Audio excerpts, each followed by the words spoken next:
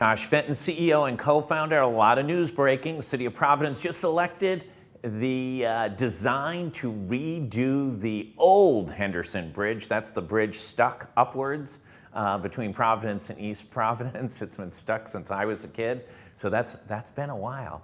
And the city just announced that, and we've got a story on that. Also, take a look at kind of a wildly interesting battle that's going on between the mother of a kindergarten student down in South Kingstown and the school committee down there. She's asking for a ton of public documents, and they're pushing back, actually considering suing her for asking for those documents. There's going to be much, much more on that. That story is turning into a national story, but GoLocal had it first. Take a look at the battle down there in South Kingstown. Now, let's go to one of my favorite parts of the week, the Mott Chace visit.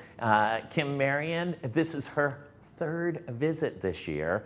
And in Saturday Night Live land, that gets you one of those special jackets like Tom Hanks and Candice Bergen and all those sort of famous people. Kim, thanks so much for joining us. Great to be with you, Josh. I almost wore a velvet jacket because I knew now I wish I had gone for it, but yeah, great to be here. Thank you. Next time. We've got a couple of things to talk about. Let's start with the big story. The big story is, listen, there's a lot of people looking to buy a house. They're looking to buy because they've outgrown their house, or they want that next step up, or they've had children, or the pandemic's winding down and they are ready to move. And they keep bidding and bidding on homes and cannot win a bid. Talk about what's going on there, and then you've got some great suggestions on what they should do.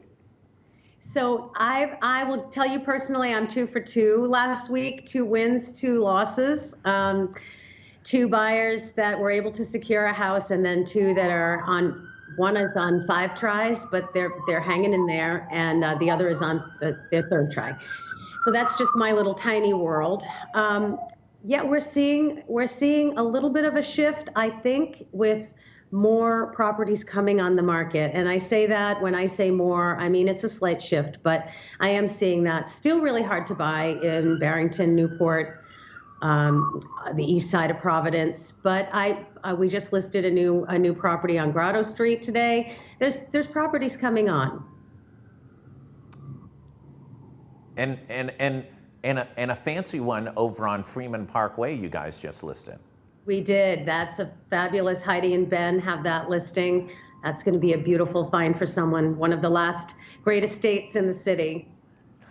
So let's walk through, what are your suggestions? You've been working with these 2 families. You've got winners and you've got some that are getting a little frustrated. They bid on multiple properties. What's your suggestion in general to folks who, listen, they can't break through. They don't have that extra cash to finish off a deal. They don't have an extra $100,000 to be able to pour in and win the bid. What's your suggestions to them? Well, one thing I would just respond to that, a lot of times, Josh, it's not the money, it is the contingencies. So by that I mean, folks are saying, if this house appraises under my purchase price, I'm going to bring cash to the table and pay the difference. Waiving inspections, which for me, I find so uncomfortable, but folks are waiving everything. They're saying, I'm going to give you 60 to 70 to 100,000 over asking. No matter what happens, I'm going to fill in all the gaps. And so some buyers, it's not that 100,000 over as much as they're afraid to say, I'll completely waive my inspection, or they don't have money to pay the difference in an appraisal. And should they really pay the difference in an appraisal? That's something that each buyer has to decide on their own. But I started thinking about, when I was preparing to talk with you, people ask me the same thing when I initially go to their house and they're preparing to sell. They say, what should I do? And we go through the house and we talk about the decluttering and the basics. But I started to think about buyers in this market. They're not able to buy. They're having such a hard time. I have a few that are saying, I'm going to take a break and I'll come back when the market shifts. That's fine. What should they do in the meantime? Well, I started thinking about, there's some DIY projects that they could do that might actually make them feel happier in their house while they're waiting. And then by the time they come to the market, when it does change, and you you've been in the market when it's up and down. It is going to change. Don't know when, but it is going to change. There's a cap on prices and there's a cap on this incredible seller's market. When these buyers are ready, maybe it's next fall, maybe it's next spring, they'll have a house that's ready to go and they'll end up getting more money because it will be more of a buyer's market.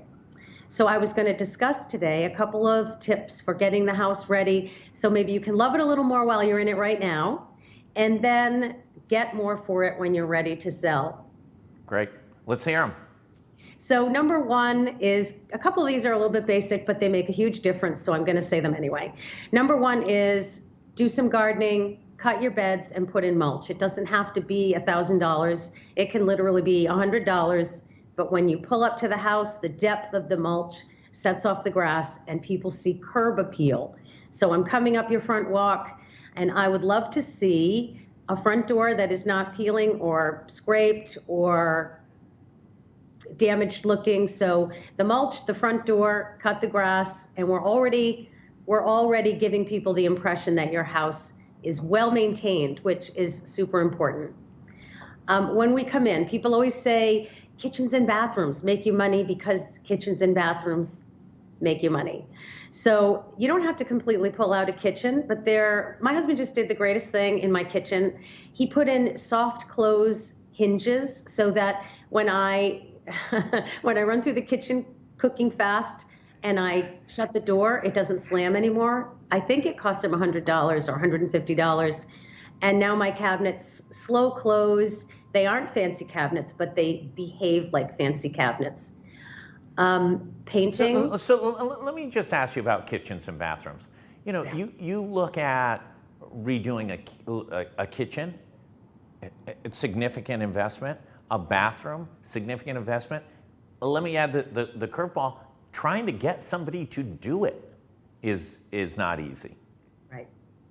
These are sort of, my concept here is you can do these things yourself, save a lot of money, but make a really big impact. So if you have cabinets and they're in pretty nice shape, but they're just boring and an old, you know, maybe they're an 80s cabinet, maybe they're older, you can sand them and use, it has to be the right kind of paint, and paint them a beautiful gray or a beautiful white with a sheen and change the knobs. And for, you know, $400 or $500, the kitchen looks substantially different. When you go into flips, sometimes they reface them, sometimes they just paint them and put new knobs on.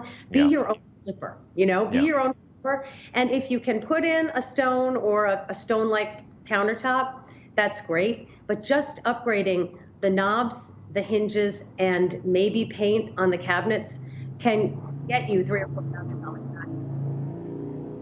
back. Kim, talk about, are you talking about those bathrooms that have the pull chain flushers? Or Way back on me, looking at all these East Side houses. You're stuck, that's a whole different thing. But you know what? That makes me think of another tip that goes with the bathroom. It's pretty inexpensive to change out a vanity, but if you have an avocado, a pink, that lovely 50s blue bathroom, you can reglaze the bathroom, and they'll come in and they'll clean it all up. This is something you could do yourself, but I don't actually suggest that because you need safety equipment. You don't want to breathe in any fumes, but for $1,500, $1,800, they will clean out the tub, the shower enclosure, the tile, and they can epoxy it white or any color, a nice neutral color. It looks like brand new. It's actually amazing, and it can last up to 10 years. With gentle use, maybe more. So for such a small investment, you can have what looks like a brand new bathroom. It's not going to rival a walk-in shower. You know, you can't pretend you spent $50 in a bathroom, but your $1,500 or $1,800 can look like $35,000 to $5,000 to a buyer who can come in and say, "Oh, this bathroom's cute. I can live in this bathroom for 5 years," or maybe never update it more substantially than what's been done. So there's no excuse for somebody to have an avocado bathroom anymore. It's coming back. I swear to you, it's coming back. Sure. The pink, maybe. I think the pink is kind of cute. Yeah. What's old is new. Talk about You've talked about the exterior, you've talked about kitchen and bath. What else makes a difference, both for your own mental health of staying in the house longer than you anticipated, but also you're going to get those dollars back? Right. This is a big one, and people are going to scream, but if you can change the popcorn ceilings, that makes an enormous difference. It's a big project. And if you have a house before 1981, you might want to have an expert look at it because it could be asbestos. Just that's a little disclaimer, but popcorn ceilings, they are distracting. Buyers really don't like them. If you can change that one, it's a big mess though. Yeah, I got to tell you, I wouldn't buy a house that had a popcorn ceiling. I See? just, that is an X mark if they're, especially, if they're in the basement playroom, okay, maybe. But if they're in the dining room, living room, bedrooms, forget it. Right. It was a cheap way to finish ceilings back in the day, and it's a big project. It's messy, but it is worth the money. I would say hire a professional for that one. Lights and switch plates can make a huge difference. If you go through your house and you start looking at things that don't look clean and fresh, a lot of times cracked or dirty switch plates for your lights, if you replace those, very small investment, but it can look beautiful. It makes a big difference. And new lighting, it doesn't have to be $500,000, $800,000 chandeliers. It can just be small changes. They freshen a space up a lot. Pressure wash your exterior. But you said something, and now I can't get away from it, and I'm going to have to back up a little. You said, how can a person who's staying in their house, they really wish they could move, but it's not working for them, how can they enjoy the house a little more? I would say figure out an outdoor space that you can enjoy, that you haven't taken advantage of yet. And again, I got to mention my husband, who's amazing. We just put a TV outside, and we have a little fire pit and 2 chairs. We made an outside living room, and when I tell you that if we weren't in New England, we would be enjoying it more. But I think the days are coming where we're going to be able to sit outside until 11 o'clock at night with our little outdoor living room, and it feels very special. And I think it probably cost the cost of the TV mount, and we did have an extra TV that we put outside. It's nothing fancy. And that space is so much fun. It's a little thing, but it made a big difference, and we really enjoy it. So something like that could really enhance staying in your house longer than you want to. You get to sit outside, have a little fire pit. I'm sure everybody has a spot, a hanging chair just under the right tree where you could read a book. Small things, but when you take the time to appreciate them, it makes a big difference. That's great. What else? I think in any situation like that, you're going to leave at some point, so you want to make sure you're getting a return on investment. What are the things not to do? Yeah, don't completely spend, don't spend 50 grand on your bathroom. You won't get it back. So that's, if the rest of the neighborhood is super fancy and everyone in your neighborhood has, that incredible walk-in shower, then maybe it's worth it and the rest of your house can support it. But if you have a house and it's in line with the rest of your neighbors and you have a decent bathroom and a decent kitchen and you can make some of these small upgrades, that's definitely the way to go. But if you spend 150 on a new kitchen and 2 new bathrooms, it's probably not going to get you almost certainly not going to get you that money back unless the neighborhood can really support it. And I would say to talk to an agent or an appraiser before you make a decision like that, because then you're going to end up losing money. And you opened the show by talking about you have one family you're working with that's bid 5 times, another that's bid 3 times. They haven't been able to punch through. If for that's daunting, right? For anyone who's thinking about going into the market to try and purchase a home, that's a scary thought. All the houses that they had to visit, all the paperwork, all the bidding, et cetera, et cetera. I think folks, are they ready to go? Are those families ready to go? And how can families get better ready to enter the market to be a buyer? My folks are ready to go. I prepped them. It's unfortunate, not having that and not even feeling it's for me to advise them to pay the difference in an appraisal. I feel like that's really been the sticking point for this particular client that I'm referring to. They feel uncomfortable saying we're paying so much over what market value is, and then we're going to put extra cash in to cover an appraisal that says the house actually isn't worth what we're paying. I mean, that's a tough place to be.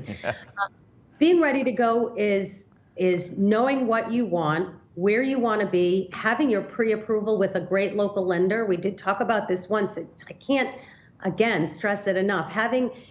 Knowing where you want to be financially, and not just buying because you want to and you're going to throw every penny you have into it and then maybe regretting it later. If you're going to stay in a house 20 years, a little bit of an overpayment now isn't going to hurt you. But if you're going to leave in 3, 4, 5 years, you should probably wait and talk to a financial advisor about what it looks like, or even a mortgage person, what it looks like to buy today and really overextend yourself, or what it looks like to wait till next year or 18 months maybe, and then see what the long-term plan is. But if you're not going to move, if you're not going to stay a long time, I definitely would say to hold, because you're going to pay more than you're going to get back when the market shifts. You know it's going to shift. We've seen it so many times. Yeah, listen, what goes up must come down at least a little bit. I mean, even in the most valuable areas of the state. Let me ask you this. You say supply's up a little bit. Are you seeing any pronounced changes in what the market conditions? I mean, we've almost become used to 30 people showing up at an open house, 10 or 15 of them making bids, all the bids over asking price. Are we still at that point, or is that cooled down just a tad? We're still at that point. I went to an open house with clients on 2 days ago, and there were 20 people in line before the open house started, and she had 2 days of that. They were the last two offers. We almost got it. Again, that appraisal kicked us out, but I have not seen too much of a shift. There's still a lot of people coming. Like I said, or I meant to say, if I didn't, houses that need some work, if you can stomach that, you can get a house easier if it needs a little work, or condo, and you don't mind investing a little bit into it. You'll pay a little bit less, and there's a little less competition. So if you have the idea in mind that you really have to move now, you really need to move now, you need the office space, you're going to have another baby, whatever the reasons are, maybe start looking at things that are a little under your ideal price range, that need a little bit of work, and you can end up getting one of those properties and then working on a little bit over time. Even with some of these DIY tips could help you in a property like that. If you're not ready to, it's not the perfect house, but it's a great house that will work for you, but you hate the kitchen, there's a lot you can do to make it palatable and enjoyable. Yeah, listen, I look at a lot of real estate. There are some houses that need anything from a little tender loving care to a lot of work. And that's where the bargains seem to be. Most people want turnkey, right? We're in a pandemic, we're at the end of a pandemic. They want to be able to pick up and move and unpack their boxes and put it in the closet. Right. But if you've got the stomach and you have, especially if you have the experience of going through a project like that, that seems to be where the bargains are. That's where the unique properties are that maybe just by, especially if you have good contractors that you've worked with in the past that are dependable, that's where you can make some real money in this market. You bring up a great point, especially if you know someone that will work for you, because as you know, if anybody has priced out a job, a contracting job, very hard to get someone to come, and we are at just about 50% increase in building costs right now. So DIY, baby, DIY. That is what I'm suggesting. If you can hang in there and wait a little bit, it will all shift, and then guys will be, folks will be looking for work, and they can come in and update your kitchen. But in the interim, you do have a lot of really fun projects you could take on yourself that you will increase the joy that you have spending in the house that you're in right now. But also, if you pick a house that's a little bit of a DIY or needs some work, it'll be a fun project until prices go back down. Yeah, lumber's up in the last year 200%. Steel is up over 100%. Steel is flattened out. Lumber is still going up. So On the average single-family home in the United States from the National Builders Association, it's about a $24,000 increase in the cost of building a house just in lumber cost alone. So no shortage there. Listen, Kim Marion, thank you so much. I feel like a brush with fame 3 times having you on, and look forward to chatting more with you. Thank you so much, Josh. It's so fun to come on and talk with you. I really appreciate it. Listen, for everybody, stay tuned. There is a lot going on in Rhode Island today on the news front. If you haven't seen it, big bills passed yesterday in the Rhode Island General Assembly. Just a slew of things happening both in Providence and across the state. Again, big story coming out of South Kingstown relative to the mother of a kindergarten requesting documents and the town threatening to potentially sue her because she requested so many documents. That story is going national, and also we'll have more updates this afternoon on a couple of major issues, so stay tuned on that. Thanks everybody, stay safe. If you haven't gotten vaccinated, go do it. It's super easy. You'll feel better, you'll be healthier, and you'll be protecting your family and friends. Thanks everyone.